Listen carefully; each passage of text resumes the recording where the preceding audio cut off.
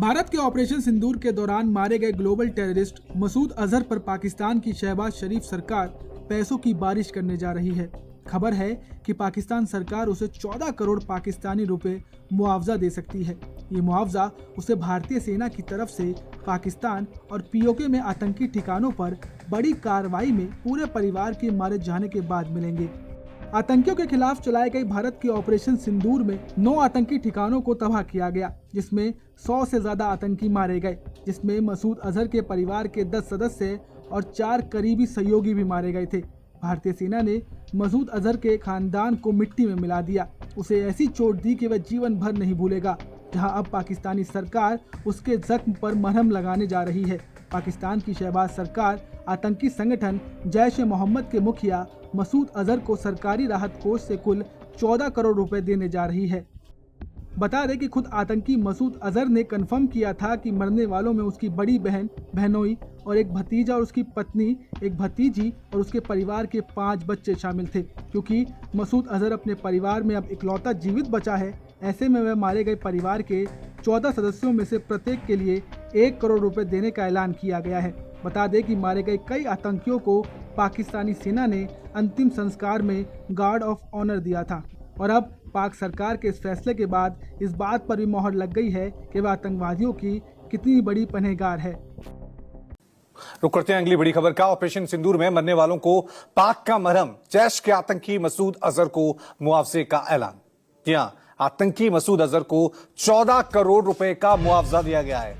Operation में हुए नुकसान की भरपाई करेगा पाकिस्तान। अजहर के परिवार से मरने वालों को मिलेंगे 1 करोड़ रुपए। पाक पीएम शहबाज शरीफ ने मुआवजे की घोषणा की। ऑपरेशन में हुए नुकसान की भरपाई करेगा पाकिस्तानी सरकार। यह बड़ी खबर, यह एक बार फिर बता रहा है कि पाकिस्तान इस सबक से अभी भी नहीं सुधरा है। ऑपरेशन सिंदूर में मरने वालों को पाकिस्तानी सरकार मुआवजा देगी करोड़ों रुपए में। चलिए इस खबर पे और ज्यादा जानकारी के लिए सीधा रुक करते हैं मेरे सहयोगी संजीव त्रिवेदी का। संजीव, यह खबर बता रही है कि पाकिस्तान कभी सुधरने वाला नहीं है। जो आतंकी मरे हैं उनको करोड़ों रुपए का मुआवजा देगी, वो भी पाकिस्तानी सरकार। जहां ये बाकायदा एक प्रेस रिलीज है जो कि प्रधानमंत्री कार्यालय पाकिस्तान से निकला है, जिसमें कहा गया है कि जो भी नुकसान हुआ है इस ऑपरेशन सिंदूर की कार्रवाई में, उसकी भरपाई पाकिस्तान की सरकार करेगी। तो सवाल ये उठता है, नुकसान क्या हुआ है? नुकसान हमने सब कुछ मेंटेन करके रखा है और उसमें हम लोगों ने यह रिकॉर्ड किया हुआ है जिसको कि डिस्प्यूट पाकिस्तान ने नहीं किया है। और वो रिकॉर्ड ये कहता है कि नुकसान सिर्फ और सिर्फ आतंकी ठिकानों का हुआ है। इसका अर्थ ये हुआ कि पाकिस्तान की सरकार आतंकी ठिकानों को रिबिल्ड करेगी, उन्हें राहत पैकेज दे रही है।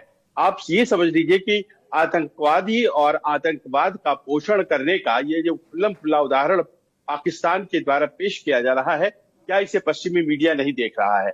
ये कहा जा रहा है कि न केवल जो इंफ्रास्ट्रक्चर टूट गया है, बिल्डिंगें टूट गई हैं, उन्हें मरम्मत किया जाएगा, बल्कि साथ ही साथ जितने लोग मारे गए हैं उसमें 1-1 करोड़ के हिसाब से लोगों को राहत पैकेज दिया जाएगा, उनके परिजनों को।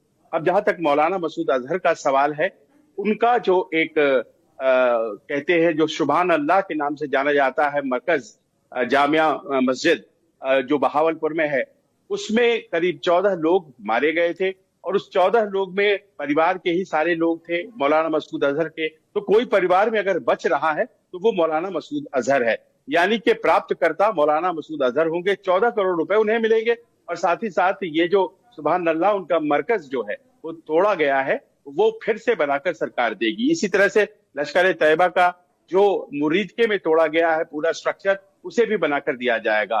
तो ऐसे में सरकार, जाहिर है भारत की सरकार इस बात के लिए तुरंत सतर्कता में आ गई है और वो बहुत अलर्ट भाव से इस बात को देख रही है कि क्या फिर से ये ट्रेनिंग कैंप्स बहाल किए जा रहे हैं, क्या फिर से आतंकियों को वहां ट्रेनिंग दी जाएगी। तो ये अपने आप में खबर बहुत अच्छी नहीं कही जा सकती है। जी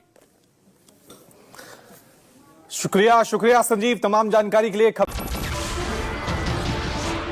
नमस्कार, मैं हूं मानक गुप्ता।